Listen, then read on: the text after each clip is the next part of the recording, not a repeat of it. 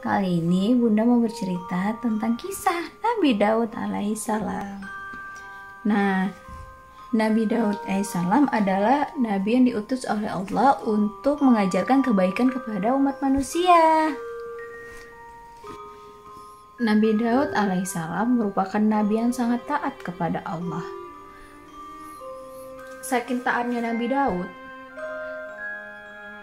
sehingga Nabi Daud ini mendapat keistimewaan dari Allah Subhanahu wa Ta'ala, yaitu memegang kitab Zabur untuk diamalkan kepada semua umat manusia pada zaman itu. Nah, pada suatu hari beliau ini sedang membaca kitab Zabur tersebut sembari duduk, dan ketika duduk Nabi Daud alaihissalam ini melihat seekor ulat kecil.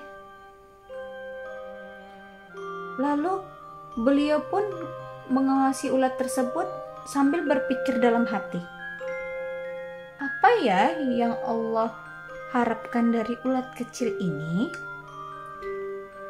Jadi karena Allah itu maha tahu, maha melihat, maha mendengar, maha mengetahui, maha pengasih, lagi maha penyayang. Jadi Allah itu maha tahu apa yang ada di pikiran Nabi Daud tersebut. Lalu Allah Subhanahu wa Ta'ala pun mendengar apa yang ada di pikiran Nabi Daud. Serta Allah Subhanahu wa Ta'ala mengizinkan lalu ulat tersebut pun berbicara. Wahai Nabi Allah, Allah Subhanahu wa Ta'ala telah mengilhamkan kepadaku untuk selalu membaca tasbih Subhanallah walhamdulillah wala ilaha illallah Allahu akbar setiap hari sebanyak 1000 kali pada siang hari dan pada malam hari. Dan Allah Subhanahu wa Ta'ala pun mengilhamkanku untuk membaca Allahumma sholli ala Muhammadin wa an-nabiyil ummi wa ala alihi washabihi wasallim sebanyak 100 kali juga. Kemudian ulat tersebut juga berkata kepada Nabi Daud alaihissalam, lalu apa yang dapat kau katakan kepadaku agar aku mendapat faedah darimu ya Nabi Allah? Wah, mendengar perkataan ulat tersebut jadi membuat Nabi Daud alaihissalam tersadar bahwa dirinya itu telah hilaf, bahwa ia telah memandang remeh makhluk Allah yang terlihat kecil dan tak bisa apa-apa, padahal mereka bisa lebih dahsyat ibadahnya terhadap Allah dengan caranya sendiri. Kemudian Nabi Daud memohon ampun dan berserah diri kepada Allah Subhanahu wa Ta'ala. Begitulah sifat pemikiran seorang rasul yang bijak. Setelahnya beliau tak lagi menganggap rendah segala makhluk ciptaan Allah.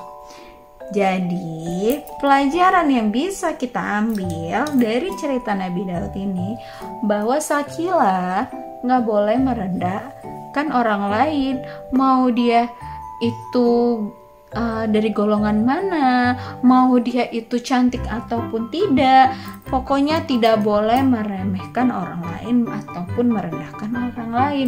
Karena Nabi Daud aja itu tersadar bahwa itu tidak baik.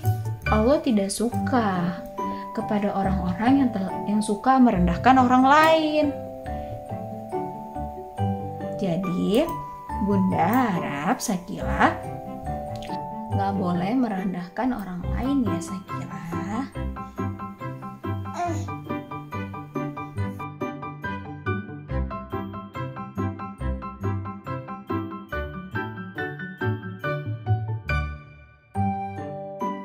Nah, selanjutnya Bunda akan bercerita tentang kisah Nabi Idris alaihissalam.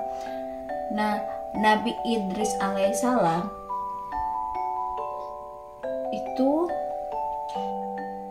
itu tinggal di Munaf. Jadi di Munaf ini adanya berada di Mesir.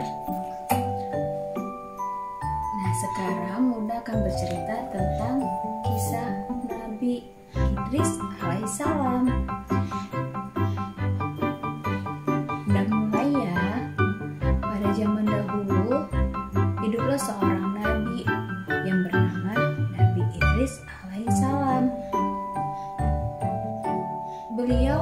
diangkat oleh Allah Subhanahu wa Ta'ala menjadi nabi.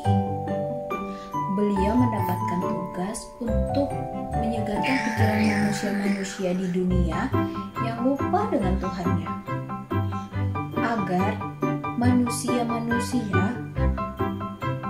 dapat menjalani kewajibannya untuk selalu menyembah Allah dan mentaati segala perintah Allah Subhanahu wa Ta'ala. Nah, Nabi Idris ini tinggalnya di Naf, tepatnya di daerah Mesir.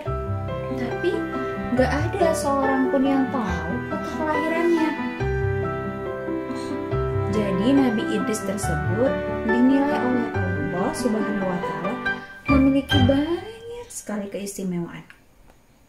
Contohnya seperti beliau ini pandai menjahit pakaian walaupun hanya menggunakan kulit binatang. Wow, Masya Allah sekali ya Nabi Idris. Setiap ada waktu senggang, beliau selalu menyempatkan untuk menjahit. Nabi Idris selalu membagikan pakaian yang sudah selesai dijahit kepada fakir miskin. Menurut beliau, berbagi antara sesama umat merupakan hal terpuji yang sangat dianjurkan oleh Allah Subhanahu wa Ta'ala. Kepandaian beliau dalam membuat pakaian sangat dipuji oleh seluruh kalangan. Karena sulamannya, jahitannya itu sangat indah sekali. Karena pada zaman tersebut gak banyak loh yang bisa menjahit. Jadi beliau ini termasuk golongan yang dermawan, baik hati, dan selalu menyisihkan rezekinya untuk diberikan kepada mereka, orang-orang yang kurang mampu. Jadi Nabi Idris juga dikenal karena kegagahan dan keberaniannya. Karena sifat itu Allah Subhanahu wa Ta'ala memberikan gelar kepada beliau, yaitu Asadul Usud, yang artinya singa dari segala singa. Wah, namun keberaniannya tidak sembarangan dipergunakan, kecuali untuk memerangi orang-orang yang tidak taat kepada Allah Subhanahu wa Ta'ala. Tapi Nabi Idris menemukan banyak kesulitan dalam mempersatukan umat untuk beriman kepada Allah yang satu. Beliau tidak memiliki banyak pengikut. Ia ditentang karena perkataannya sudah dianggap aneh. Tapi dia selalu sabar dan berusaha tanpa mengenal putus asa untuk berbicara dari hati ke hati kepada semua umat manusia. Ia selalu mengatakan bahwa bertakwalah kepada Allah adalah hal yang paling baik. Karena itu yang selalu Nabi Idris ucapkan. Akhirnya Allah mengangkat Nabi Idris menjadi nabi pada usia 82 tahun. Jadi Nabi Idris diangkat oleh Allah pada usia 82 tahun menjadi Nabi Allah. Nabi Idris mengajak kaumnya untuk menyembah kepada Allah Subhanahu wa Ta'ala. Beliau juga menganjurkan mereka untuk banyak beramal soleh, menegakkan keadilan dan mengejauhkan diri dari larangan Allah Subhanahu wa Ta'ala. Nabi Idris ini seringkali menyuruhkan kepada umat laki-laki untuk beliau juga menganjurkan untuk berpuasa pada hari-hari tertentu. Apabila ada sebagian masyarakat yang memiliki harta berlimpah, dianjurkan untuk memberikan zakatnya. Allah Subhanahu wa Ta'ala memuji sikap dan perilaku Nabi Idris yang sangat soleh dan sabar. Oleh karena itu, Allah menurunkan rahmat dan karunia-Nya serta mengangkat derajat dan martabatnya. Nabi Idris alaihissalam membenarkan semua ajaran yang bersumber dari Nabi Adam alaihissalam. Jadi kakek-kakeknya Nabi Idris itu adalah Nabi Adam alaihissalam. Pada suatu ketika Nabi Idris dipertemukan Allah dengan malaikat maut. Wah, malaikat maut itu adalah malaikat pencabut nyawa. Malaikat itu mengajak beliau melihat alam di luar kesadarannya. Ketika itu, Nabi Idris memohon kepada Allah untuk dapat naik ke langit, menyaksikan keindahan surga dan panasnya neraka. Permohonan Nabi Idris tersebut dikabulkan oleh Allah, sehingga Nabi Idris tinggal di langit keempat dan menetapkan di sana hingga akhir kiamat. Nabi Idris alaihissalam diberi bekal kenabian berupa mukjizat yang luar biasa pada zaman itu. Beliau adalah orang yang pertama yang pandai naik kuda dan mempergunakan senjata. Nabi Idris alaihissalam dikenal sebagai ahli nasihat serta ahli hikmah. Beliau pandai berbicara dan ucapannya penuh dengan hal-hal baik. Ucapan yang baik, tutur kata yang baik. Beliau juga mampu menguasai berbagai ilmu pengetahuan. Wah, Nabi Idris ini juga pintar ya.